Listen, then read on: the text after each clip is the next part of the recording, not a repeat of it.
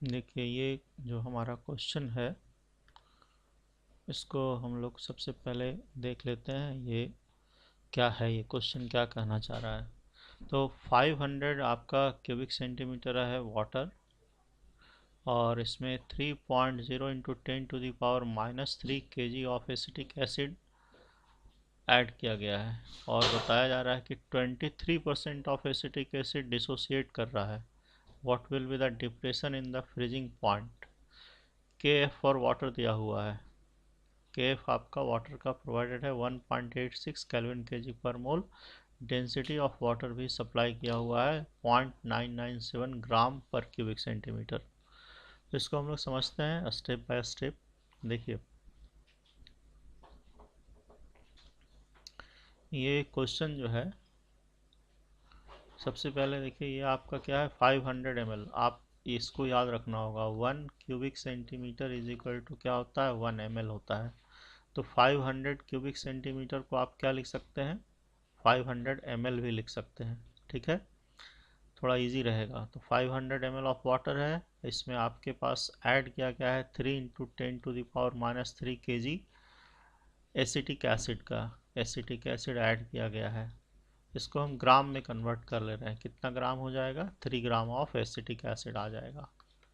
ठीक है, kg 1 kg is equal to 1000 gram. तो ये और 1000 कैंसिल हो जाएगा, केजी एसिटिक एसिड का मास आ जाएगा ग्राम में। अब आपके पास इंफॉर्मेशन दिया हुआ है, अल्फ़ा दिया हुआ है, जो degree of dissociation acetic acid का ये 23% है। और आपसे पूछा जा रहा है कि ये जो डेल्टा टी एफ है, इसको आप कहते हैं depression in the freezing point. तो डिप्रेशन इन फ्रीजिंग पॉइंट का वैल्यू क्या होगा। डेटा यहाँ पे ये डेंसिटी ऑफ वाटर है, के एफ ऑफ वाटर सप्लाई किया गया है। चलिए सबसे पहले आगे देखते हैं, ये सारे डेटा सप्लाई किए गए, इनका क्या करना होगा। देखिए, आप सबसे पहले ये देखिए यहाँ पे कि अगर आपको डेल्टा टी एफ कैलकुलेट करना है तो यहाँ पे जो एसिटिक एसिड है वो डिसोसिएट करेगा। तो आपको यहाँ पे वांट ऑफ फैक्टर की वैल्यू रखनी पड़ेगी। क्वेश्चन में ऑलरेडी मेंशन किया हुआ है 23% डिसोसिएट कर रहा है। तो आई तो आपको कैलकुलेट करना होगा। के एफ की वैल्यू दी हुई है, weight of solute acetic acid का ले लेंगे, मोलर मास ऑफ सॉल्यूट ले लेंगे, और wait of solvent find out कर लेंगे। तो ये सारी चीज़ें फाइंड आउट करेंगे, तब जाके इस इक्वेशन में हम वैल्यूज़ पुट करेंगे, डेल्टा टी एफ का कैलकुलेशन आ जाएगा। तो चलिए, ये है पहला इंफॉर्मेशन है कि इतना हमें पता होना चाहिए कि फॉर्मूला क्या है, कैसे लगाना है। अब आइए बात करते हैं आगे। सबसे पहले हम लोग आई कैलकुलेट करते हैं। तो आई कैलकुलेट करने का सिंपल तरीका है, एसिटिक एसिड है इनिशियली, और ये एसीटेट आयन और H+ आयन में ब्रेक करता है। इनिशियली इसका मान लेंगे कि 1 पार्टिकल है।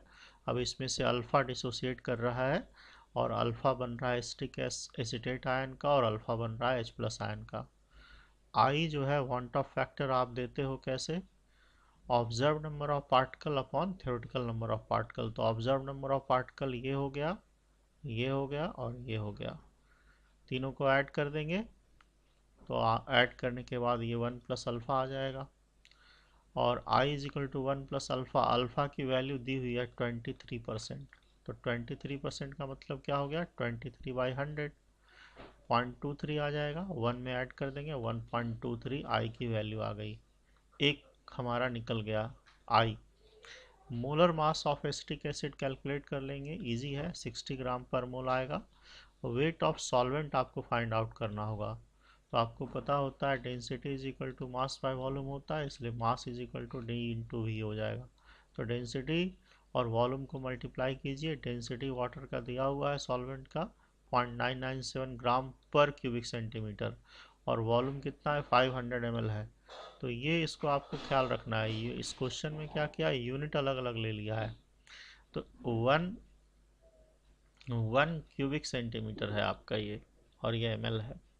तो ये क्या होगा, कैंसल आउट हो जाएगा। क्यों, इसको आप कैसे कैंसल आउट करेंगे, आप ये नीचे आएगा तो क्या आ जाएगा क्यूबिक सेंटीमीटर, और क्यूबिक सेंटीमीटर को ही क्या बोलते हैं ml। 1 cubic centimetre is equal to 1 ml। तो ये ml और ये ml कैंसिल, आपके पास ग्राम बच गया। अब इसको केजी में कन्वर्ट कर दीजिए 1000 से डिवाइड करके, तो 0.4986 केजी आ गया मास ऑफ सॉल्वेंट। अब आइए जो इक्वेशन है उस इक्वेशन में इसकी वैल्यू पुट कर देते हैं। देखिए यहाँ पे 1.23 आई आया, 1.86 हमारा KF का वैल्यू है, वेट ऑफ सॉल्यूट 3 ग्राम है, 60 ग्राम पर मोल है weight of molar mass of acetic acid, और ये वेट ऑफ सॉल्वेंट है 0.4986 kg। तो फार्मूला लगाया हमने, फार्मूले पे सारा वैल्यूज प्लेस किया, कैलकुलेशन किया, कैलकुलेशन करने के बाद आ रहा है 0.2294, तो 0.2294 केल्विन आंसर हुआ। ये हुआ डिप्रेशन इन फ्रीजिंग पॉइंट। इस तरीके से आपको वर्कआउट करना है। अब चलते हैं नेक्स्ट क्वेश्चन की तरफ। नेक्स्ट क्वेश्चन क्या है आपका? क्वेश्चन नंबर है आपका, ये देखिए क्वेश्चन नंबर 6 प्रैक्टिस प्रॉब्लम का क्वेश्चन है, ये भी जेई में आ चुका है। इसमें कह रहा है कि elevation in boiling point of A solution is 13.44 gram of CuCl2 in 1 kg of water.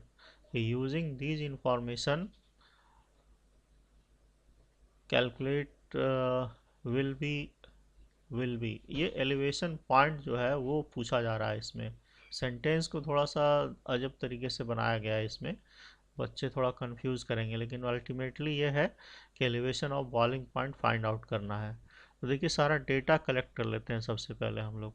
Weight of copper chloride 13.44, molar mass of CuCl2 134.4 ग्राम पर मोल हो जाएगा। Wait of solvent that is weight of water 1 kg दिया हुआ है ना, 1 kg यहाँ supply किया हुआ है। KB फॉर वाटर भी दिया हुआ है 0.52 केल्विन kg। केल्विन पर मोलर लिख सकते हैं या फिर केल्विन kg पर मोल भी लिख सकते हैं, दोनों एक ही चीज़ है।